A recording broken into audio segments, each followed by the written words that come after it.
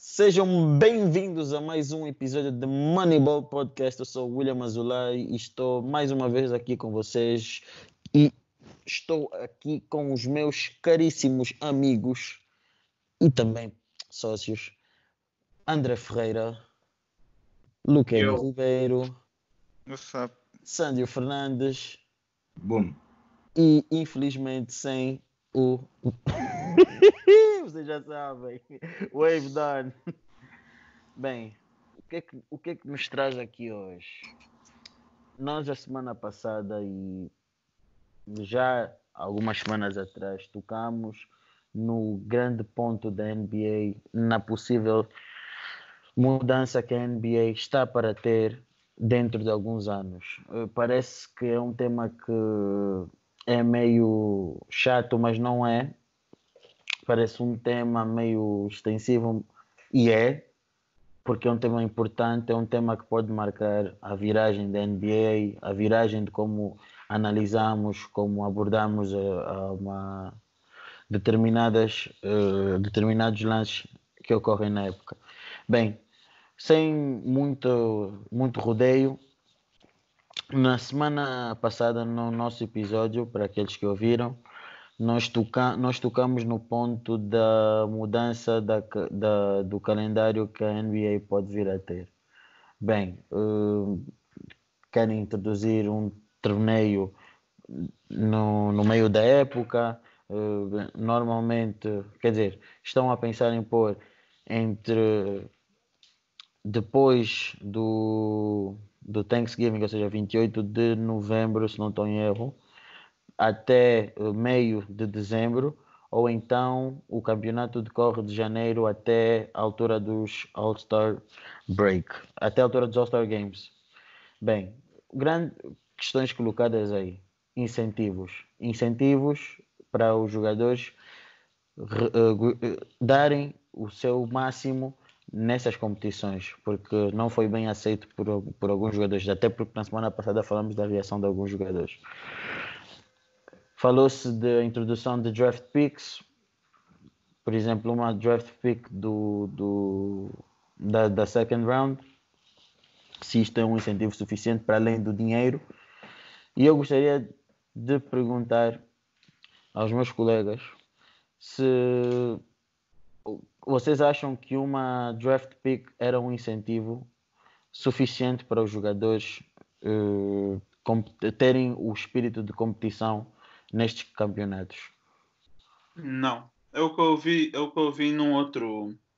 a falar em outro podcast, em que basicamente diziam que o que é que os jogadores vão querer saber, o que é que o LeBron James ou o Kawhi Leonard vai querer saber se os Clippers ou os Lakers têm mais uma second round pick.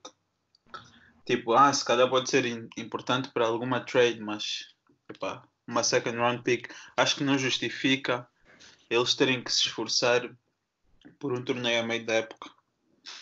Eu acho que é difícil fazer uma pick ser, como é que eu digo, relevante sem tornar as coisas injustas. Porque digamos que eles dão uma lottery pick, digamos que a partir de agora com esse torneio, porque ainda está tudo em especulação, certo? Digamos que com esse torneio, uma 15ª pick, que é a pick que tu ganhas, entra na loteria. Então seria injusto, digamos, uma equipa forte, que é uma coisa que eu estive a discutir com um amigo, ele ouve os podcasts, eu estou a ouvir agora, que é que, digamos, os Clippers, que já são uma equipa forte, entram na loteria e recebem uma pick alta. Acho que seria uma situação injusta e ia pôr em risco, não sei, a competitividade da NBA, de certa forma. Portanto, é importante tentar balançar isso, digamos, a pick não pode ser muito alta, mas se não for muito alta também não é grande incentivo, portanto, se calhar não é a melhor opção. Eu também acho que draft pick não seria o melhor incentivo, porque, noutras palavras, estás a dizer aos jogadores para se esforçarem para arranjar um suposto replacement, ou uma pessoa que vai te tirar o lugar no futuro. Ou seja, isso não faz muito sentido. Ou seja, para a organização seria um bom um bom incentivo, mas não para o jogador, que é o mais Exatamente. importante nesse momento. E pegando nisso que vocês disseram, houve um outro podcast do Bill Simmons, faço publicidade, que é onde este assunto foi tocado, e a questão relevante foi como tornar o campeonato ambicioso, como fazer com que haja competição, haja competitividade no campeonato. E o que foi sugerido era fazermos um campeonato no meio da temporada, 2-2.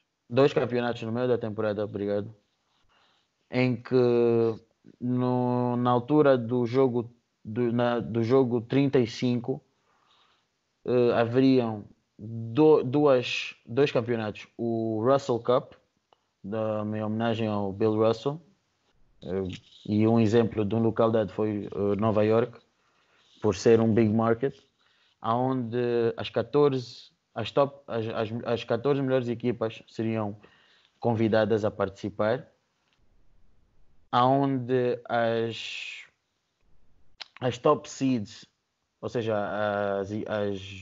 dentro dessas 14, as top seeds avançavam automaticamente para a segunda ronda, e as outras teriam que competir na primeira ronda.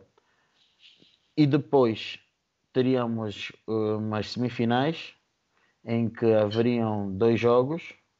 Depois haveríamos as finais. E quem ganhasse este campeonato poderia adicionar no seu recorde da época regular, no final, como é que eu posso dizer? Neste caso ele disse pontos, mas seriam pontos como seriam convertidos em vitórias, Sim. do género. Quem ganha o campeonato recebe 7 pontos, e estes 7 pontos equivalem a 7 vitórias. Logo, no final, ele iria adicionar ao recorde da época regular essas 7 vitórias. E depois, quem não ganhasse o campeonato e fosse para as finais teria direito a 4 pontos, ou seja, 4 vitórias. Ou seja, era um incentivo para os jogadores levarem o campeonato a sério, porque poderia fazer a diferença da tua posição no final, se ficarias em primeiro, se ficarias em segundo, se ficarias em terceiro. E mais, depois teríamos a outra taça, outro campeonato, que era o Chamberlain Cup. Chamberlain Cup, que era em Las Vegas. Chamberlain, porque ele diz que o Will Chamberlain tem menos 9 títulos que o Bill Russell. Por acaso até uma boa, são nomes bem escolhidos. E seria em Las Vegas, onde as restantes 16 equipas participariam no torneio, em que o prémio seria conseguir uma high second round pick, e que teriam três rondas, em que uma vitória, em que teríamos apenas um jogo, quem ganha automaticamente passa, e a final seria de 2 jogos, se não estou em erro. E como é que se poderia fazer dinheiro com este segundo campeonato, que não seria com as equipas top, mas seriam com as outras? Era vender para os serviços de streaming, e para, seja ESPN Plus, Disney Plus também foi sugerido, entre outros. Mas o que é que isto faz? O que é que isto permite? Isto depois faz com que haja uma mudança na questão da organização dos playoffs, nos lugares que vão aos playoffs. Ou seja, como é que podemos adicionar mais competitividade ao campeonato? E ele sugeriu também na mudança de equipas que são qualificadas para os playoffs. Atualmente vão para os playoffs 8 equipas, mas ele sugeriu para de forma que haja competitividade nos campeonatos e que estes sejam muito bem disputados, é necessário que haja também uma mudança na qualificação. Então, ele sugeriu que nós tivéssemos apenas 5 equipas a qualificarem-se diretamente para os playoffs de cada conferência, acho que as top 5, e todas as que fossem do 6º lugar até a 11ª participariam numa espécie de play-in, onde o que ganhar o jogo tem automaticamente um lugar para os playoffs, ou seja, winner takes all.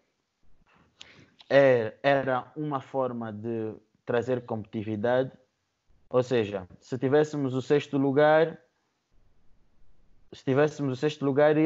íamos disputar contra o 11º. Se tivéssemos o 7º, iríamos disputar contra o 10º. Se tivéssemos o 8º, iríamos disputar contra o 9º, sendo que aquele que tem o maior lugar faria o host dos jogos, ou seja, aquele que jogaria em casa. E eu pergunto-vos, o que é que vocês acham, após esta breve explicação, o que é que vocês acham deste modelo apresentado por Bill Simmons, e se resolveria a questão do incentivo para a NBA? Eu acho que resolveria um bocado uma questão que tu não gostas muito. Não, mas essa questão não é a principal. Não digas essa questão agora. Não, essa questão não. Eu só quero saber na questão do incentivo. Em termos da Russell Cup, que é o que ele sugeriu, eu acho que faz, porque esqueceste de mencionar que ele também sugere que tem que se diminuir o número de jogos na season Obrigado. para 72. Ele sugere que tu jogas 3 jogos contra cada equipa da tua conferência e 2 jogos contra equipas da outra conferência. Isso dá 72 jogos. E basicamente ele diz que as equipas não querem fazer isso porque perdem dinheiro, né? Exato. Então a maneira que ele sugere é fazer esses torneios. Mas agora, esses torneios, os jogadores só querem saber de playoffs e ganhar títulos, né? Exato. E muitos até já nem querem muito saber da regular season e pronto, só querem os playoffs. A única maneira que tu podes fazer com que esse torneio tenha algum significado para esses jogadores que só querem saber de playoffs é mesmo afetando o lugar da regular season.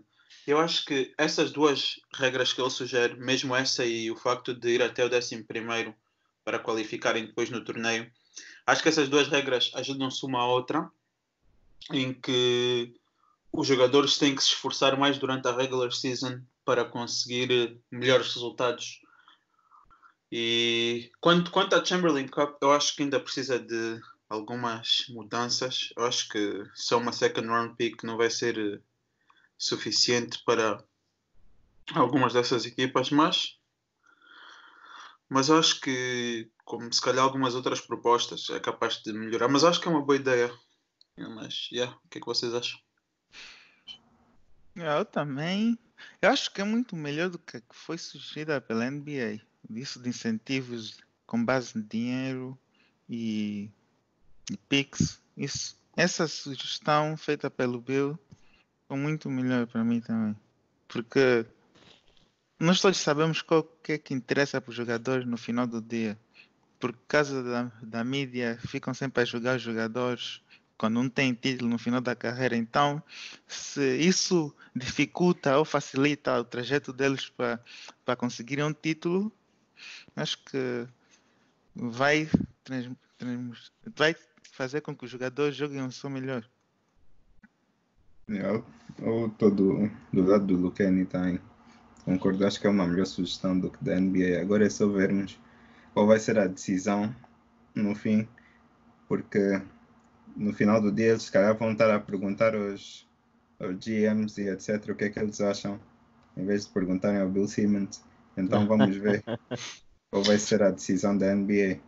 Para mim, eu acho que o mais difícil vai ser, porque para essas cenas passarem, para a NBA aprovar essas mudanças, acho que a maioria dos general managers das equipas tem que aceitar a mudança. E eu duvido muito que os general managers das melhores equipas vão aceitar que só os primeiros 5 ou 6 lugares da conferência estão garantidos ir aos playoffs. Pois, porque os general managers das equipas do sexto lugar até o oitavo não vão aceitar isso. Que normalmente ficam no sexto. Porque, por exemplo, o ano passado nós tivemos um caso que dava perfeitamente para encaixar nisso. O LeBron James e os Lakers ficaram em 10º lugar. E segundo as regras desse campeonato, jogariam contra os Spurs, que estão em 7º. Se assim fosse, a equipa que jogaria contra os Lakers, nesse caso os Spurs, teria que defrontar o LeBron. Ora, não me parece justo, né, no ponto de vista GM dos Spurs, no caso dos Lakers não terem feito uma boa temporada, por ganharem um jogo, irem aos playoffs, e os Spurs que fizeram uma melhor época regular não irem. Isso pode ser um entrave. É isso que eu estou a querer dizer. Mas também tens que olhar pela maneira de... Se os Lakers são uma melhor equipa que os Spurs e conseguem ganhar aos Spurs num para um, se calhar eles merecem mais ir aos playoffs, estás a ver? Sim.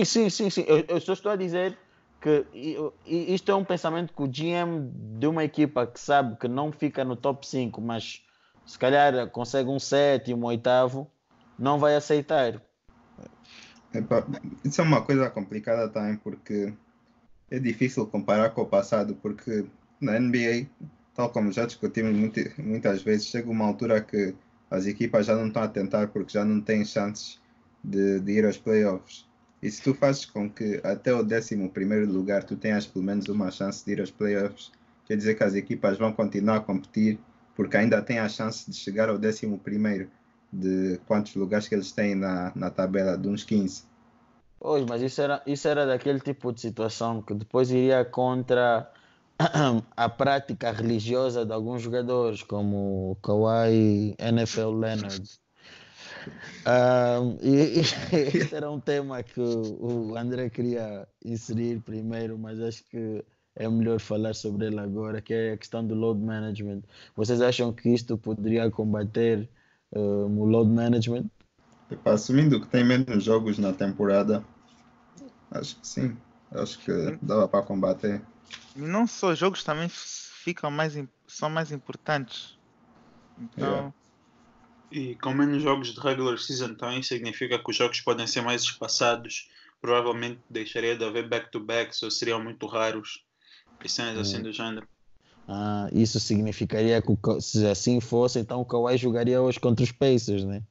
Pá, é capaz. Não iria entrar em modo rest e lixar-nos nas apostas. Ok. Mas já sabemos como é que é o Kawhi Leonard. Back-to-back é o kryptonite dele. Pois é. E relativamente, basicamente o que nós estamos aqui a dizer é que este molde faz com que haja, de uma forma resumida, haja peso nas vitórias. Cada vitória tem mais peso da época regular. Tem mais peso. Ou seja, se tu não entrares no espírito competitivo cedo, podes te arrepender no futuro. E eu acho que isso, de certa forma, é bom, porque hoje nós temos muito a questão: não, nós somos muito bons para podermos para podermos jogar na época regular, porque só estamos preocupados. Depois acontece o que aconteceu há alguns dias, vão para Milwaukee, apanham por 47, aos 9,25 desistem do jogo, mas pronto, isto fica para outro segmento. Mas sim, são este tipos de comportamentos que nós queremos acabar, porque as equipas hoje em dia só estão a olhar muito para lá à frente, os playoffs, mas é necessário tu lutares até chegares lá. Vejo o LeBron James e outros jogadores a serem muito criticados por não aderirem constantemente ao load management pronto, a não aderirem ao load management ou a focarem-se muito no presente, porque não, depois nos playoffs vão estar isso, vão estar aquilo. Eu acho que o pensamento correto é tu preocupaste em primeiro chegares lá e depois o resto acertas. Tudo bem, os Clippers têm uma boa equipa, mas no ponto de vista de química, este modo de campeonato também ajuda as equipas a terem uma química mais cedo. Porque tu vês as equipas com isto de não, só mais tarde, só playoff, só isso, só aquilo.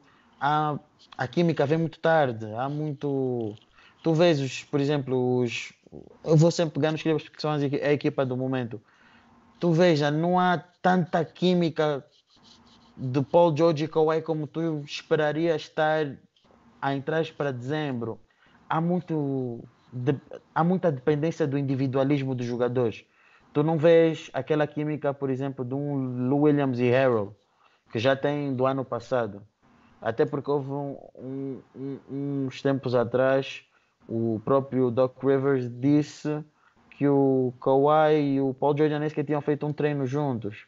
Então, eu acho que esta sugestão por Bill Simmons vem ajudar um monte de situações e micro-situações que têm ocorrido muito na NBA e eu, como um adepto tradicional, não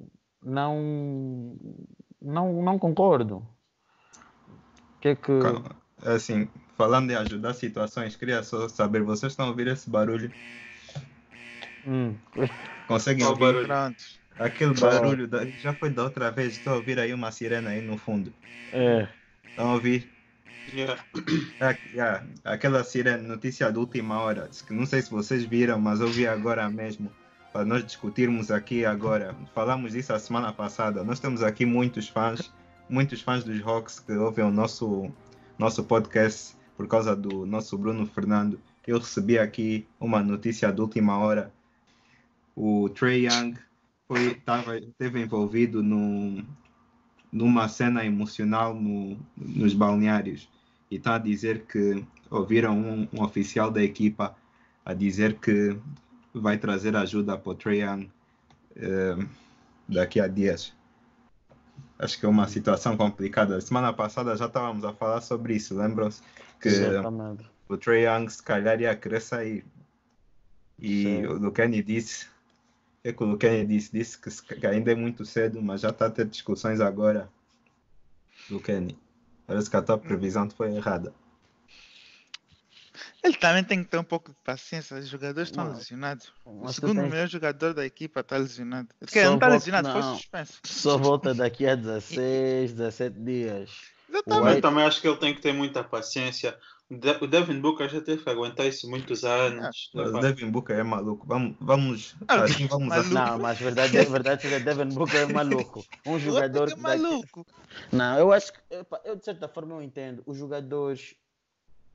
Há jogadores que entram com aquela vontade de nem digo ganhar, mas competir.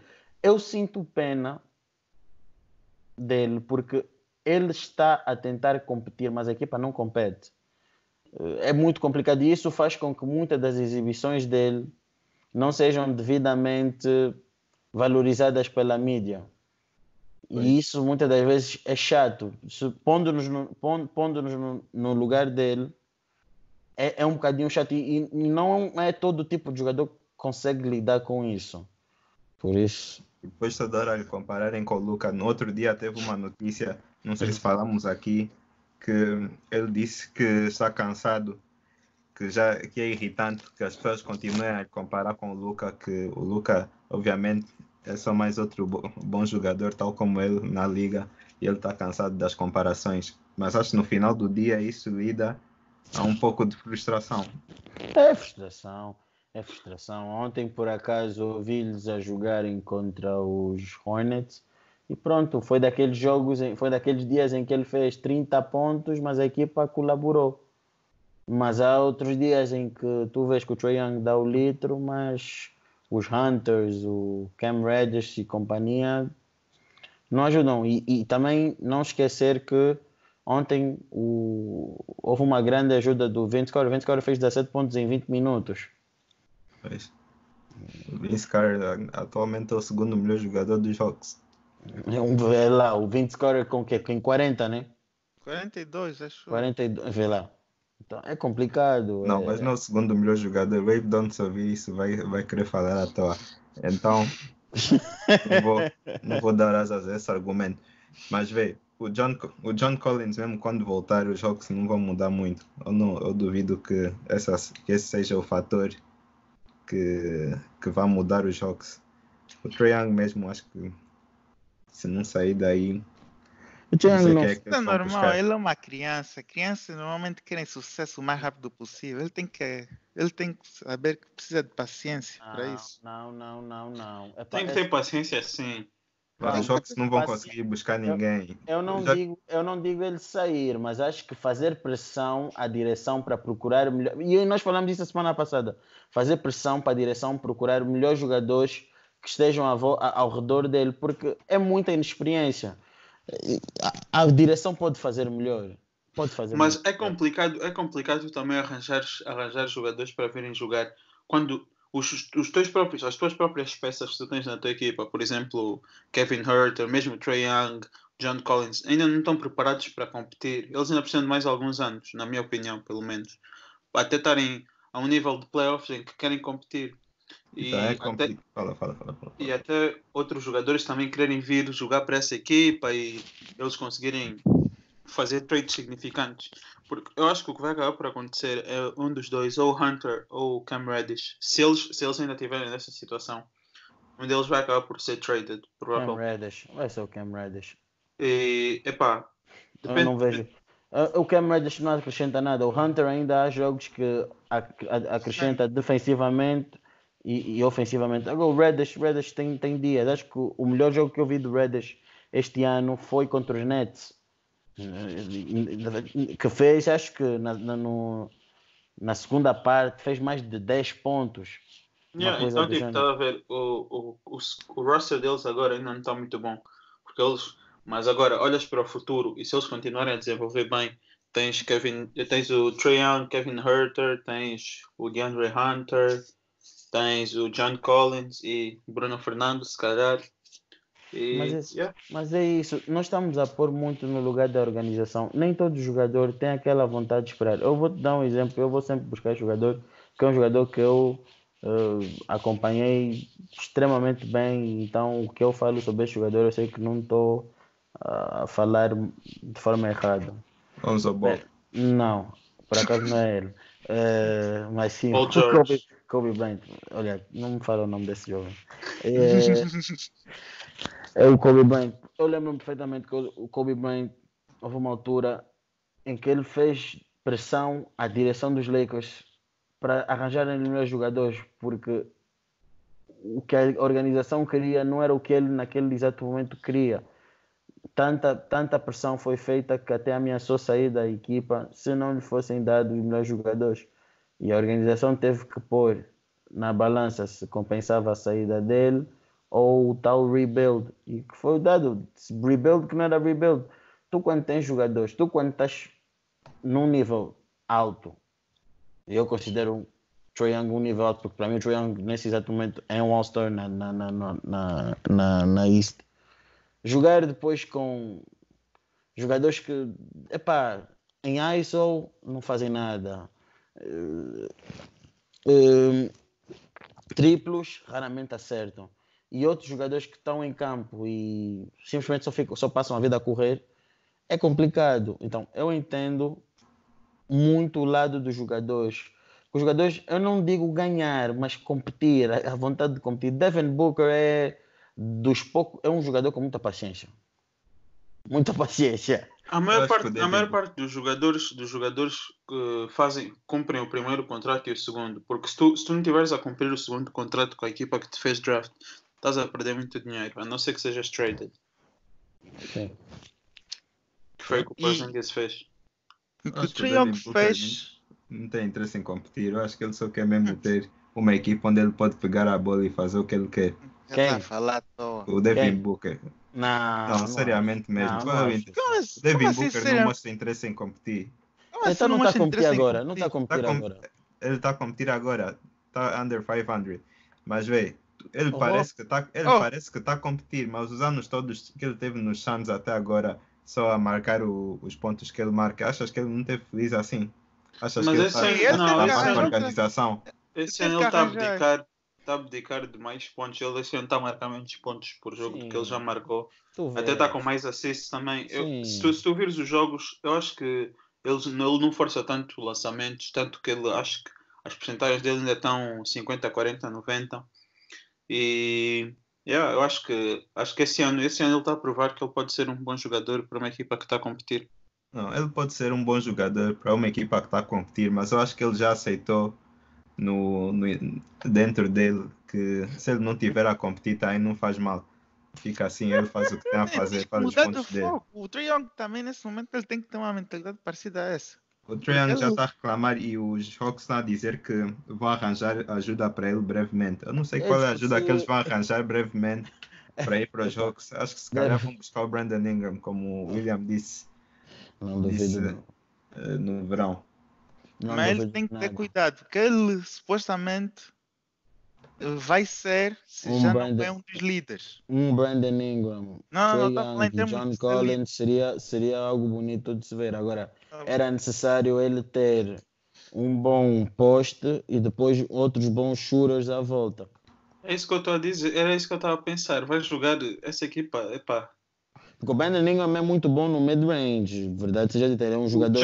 O John Collins não consegue jogar a center. É que não mesmo. É. Mas o Brandon Ingram esse ano melhorou de triplo, não? Melhorou, mas epá, eu continuo a achar que o Brandon Ingram é mais um especialista dentro do mid-range do que propriamente triplo. Eu Não concordo. acho que não é um jogador que devias tipo, fiar muito nos triplos.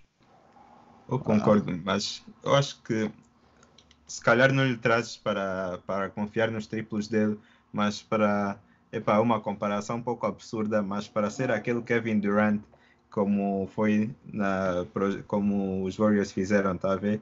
Porque eles só Sim. precisam de mais um bom shooter e depois tem aquele outro jogador que é bom no ISO, que vai aproveitar do espaço dos lançamentos do Trae Young e do outro shooter que tiver, digamos que é o Huerter, que apesar de ter problemas com lesões nesse momento, ele tem potencial para ser um bom shooter. Ele aproveita desse espaço e acho que consegue se safar numa equipa como os Hawks. É isso, acho que é porque o Ingram iria oferecer boa defesa, porque ele defende bem, iria também oferecer boas opções ofensivas. A direção, a organização tem que fazer mais no verão que está a vir. Acho que tem que fazer mais. Procura um pouco e não estão a fazer grande coisa. Por isso eu entendo o lado do Trae Young. Perdão. Entendo. Mas os jogos também vão fazer o quê? Tipo, Mano, olha os Hornets. Hornets não tem um plantel XPTO, mas tem um bom coletivo. Tem um bom coletivo. Acho que o que falta aos Hawks é um bom coletivo. Não digo uma equipa cheia de estrelas, mas um bom coletivo. Eles não têm um bom coletivo. Não mas tem. isso também não vais arranjar de noite para o dia.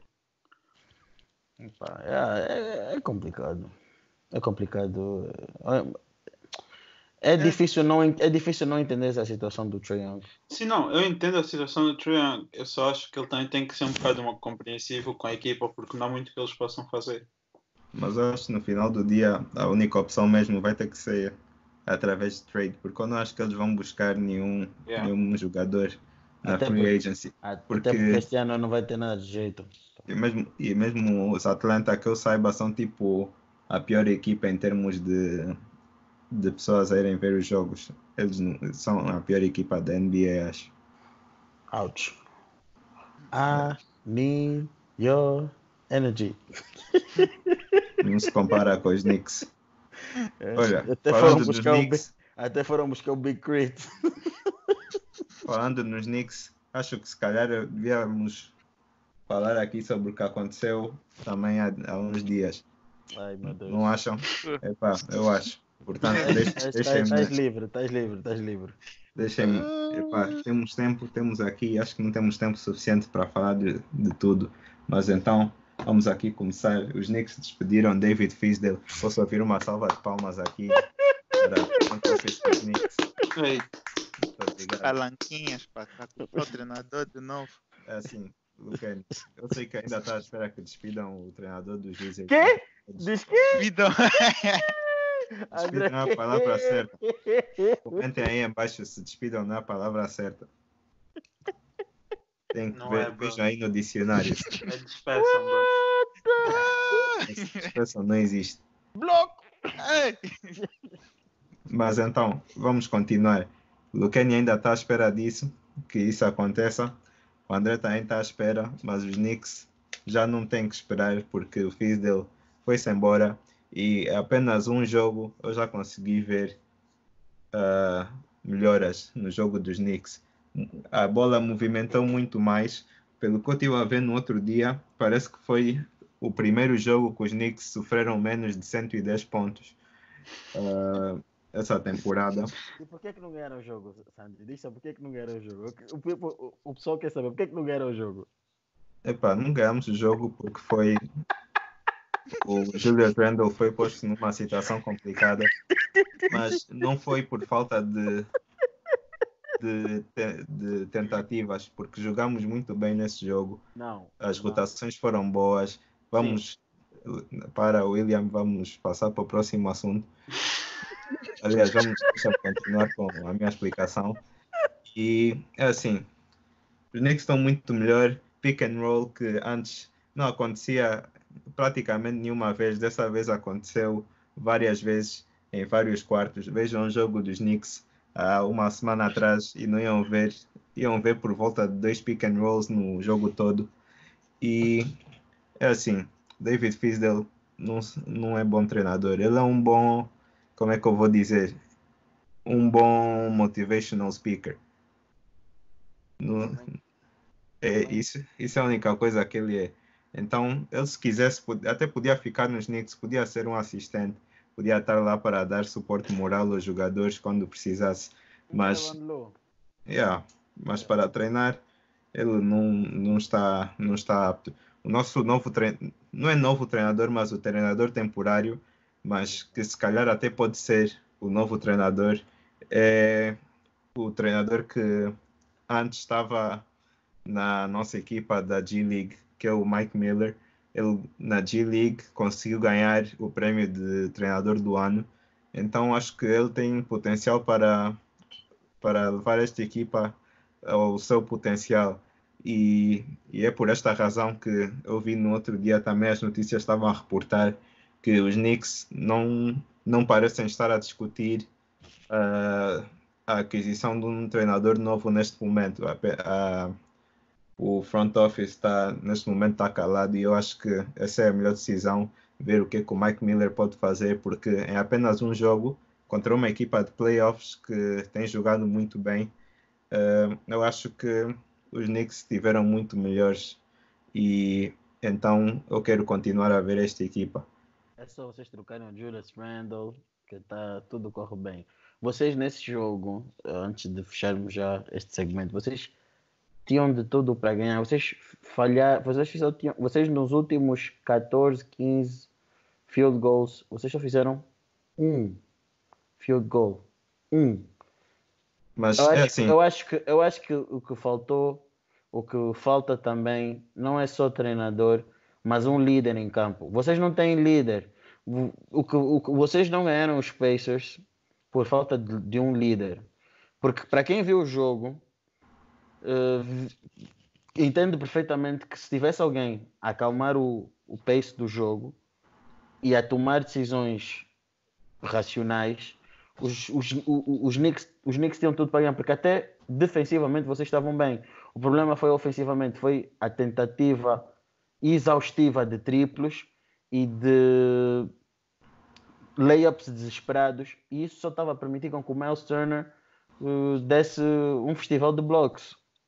Eu concordo. É assim, a nossa derrota desta vez, pela primeira vez a temporada toda, eu consigo dizer que foi uma derrota nos jogadores e não no treinador, porque foi de facto, eles estavam numa situação em que estavam confusos, e isto vem ainda do problema do Fizdale, em que ele queria que o Julius Randle fosse o suposto líder, mas desta vez tentamos ser um pouco mais coletivos.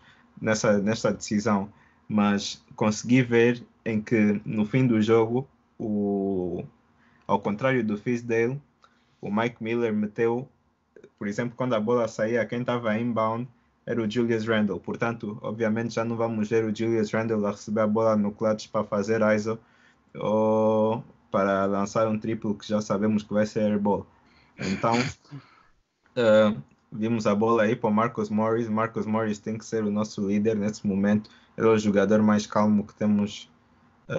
Mais calmo, sim, mais calmo em termos de Tomada de decisões, sim. E na altura do fim do jogo, eu acho que ele é a nossa melhor opção. E ele já conseguiu se provar uma vez e só faltou chance nos outros jogos, só que estávamos a perder por muito, então não teve essa chance. Mas acho que no futuro, acho que vamos conseguir ver os Knicks a jogarem melhor. Mas pegando aí na parte de não ter chance, mas nós vamos ter chance de continuar a debater sobre outros assuntos do nosso episódio do podcast, mas depois do nosso intervalo, e voltaremos dentro de minutos e foi!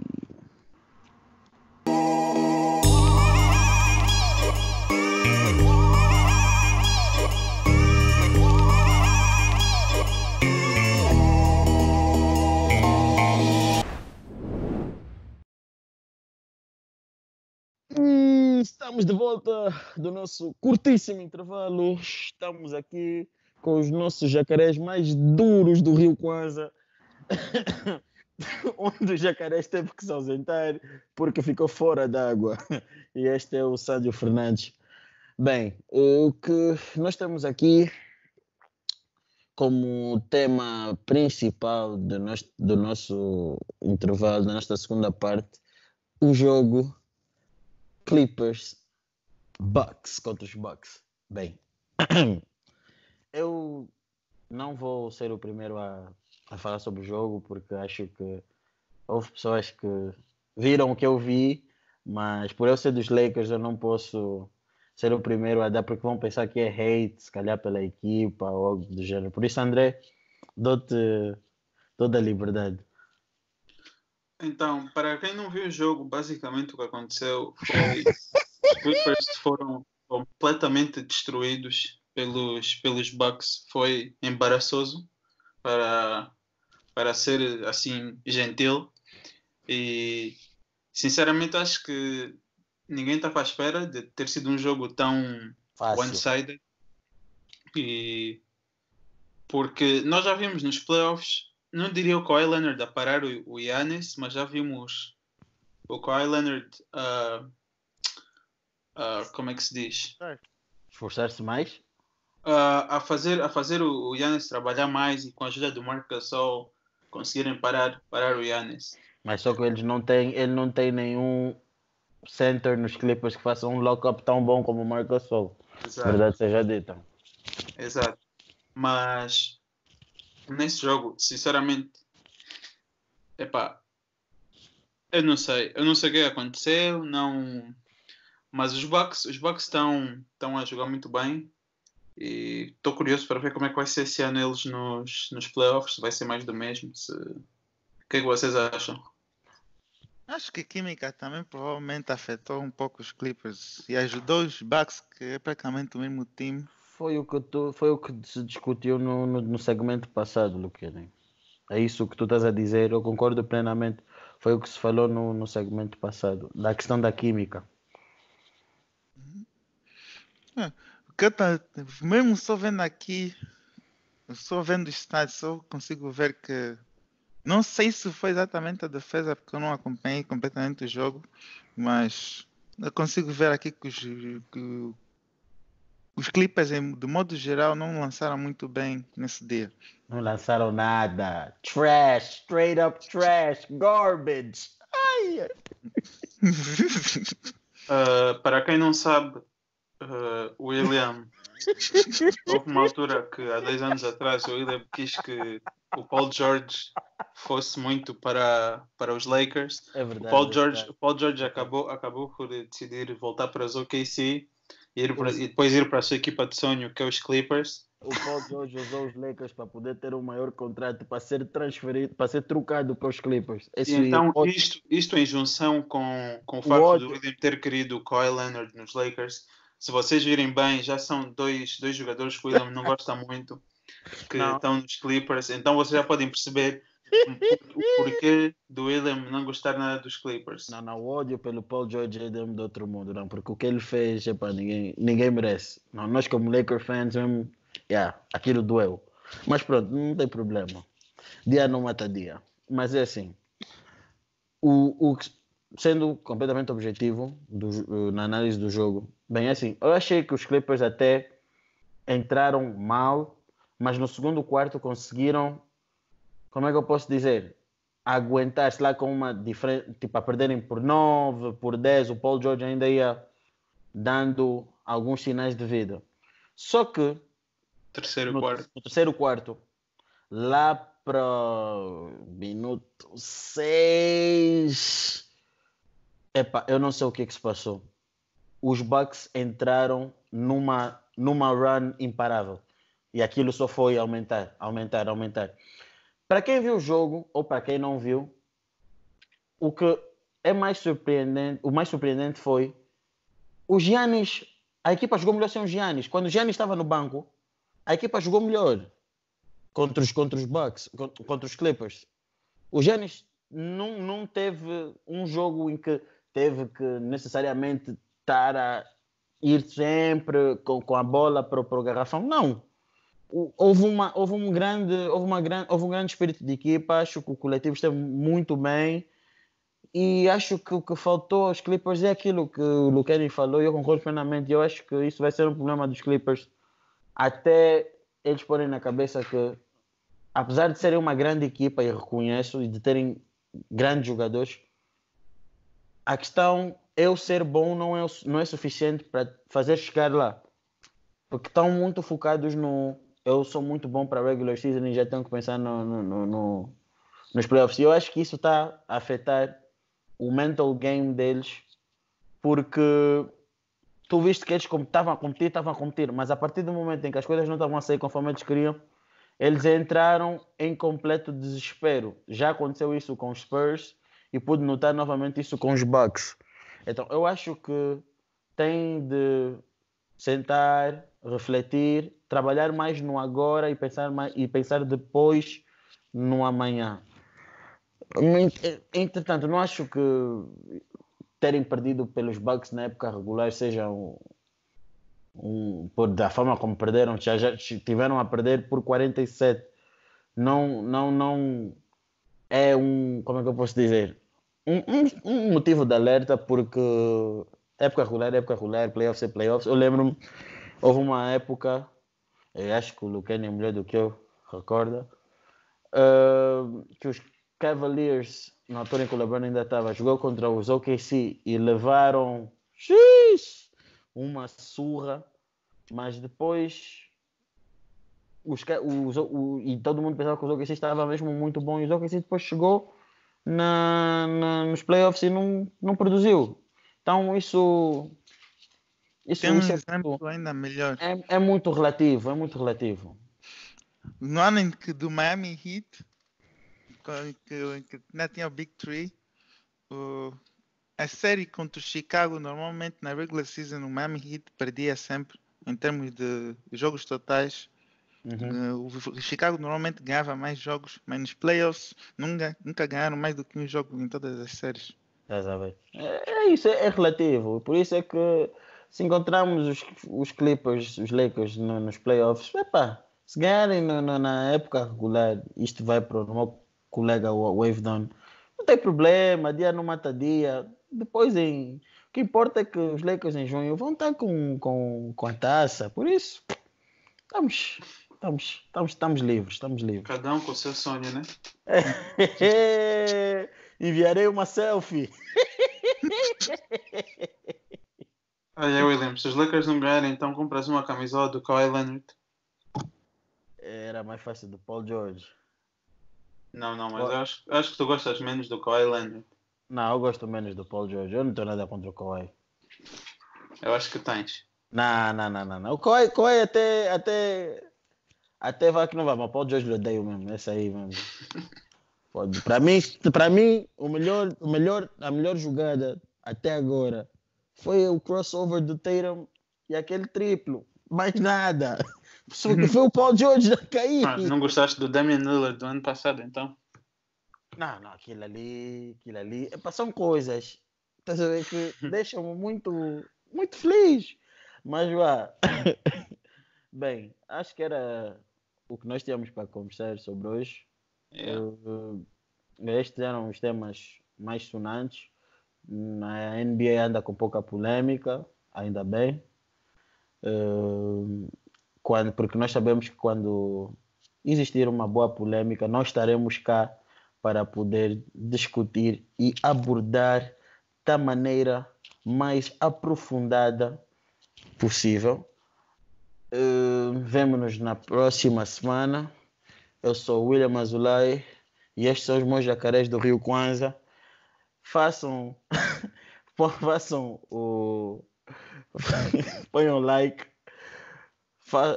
façam follow, subscrevam, seja o que for, partilhem. Podem recorrer às nossas páginas do Facebook, do Insta. Já estamos no Apple Podcast, estamos no SoundCloud também. A aderência está a aumentar, vocês que ouvem e têm ido para lá, muito obrigado. Spotify também. Então, muito obrigado por tudo. Continuem a ouvir, deixem os vossos comentários, deixem as vossas críticas construtivas e vemo-nos na próxima e até a próxima semana. Foi. Também já estamos no High Five Music, para quem ainda não entrou. Eu tava Entrei no falando, High esse Five gajo não Music foi e embora. estamos William. lá. Veio o nosso jacaré do Rio Kwanza, Sérgio Fernandes. Fazer uma última aparição. Pau, tchau. Ligação. Para acabar o força depende do molho e tu és o meu molho.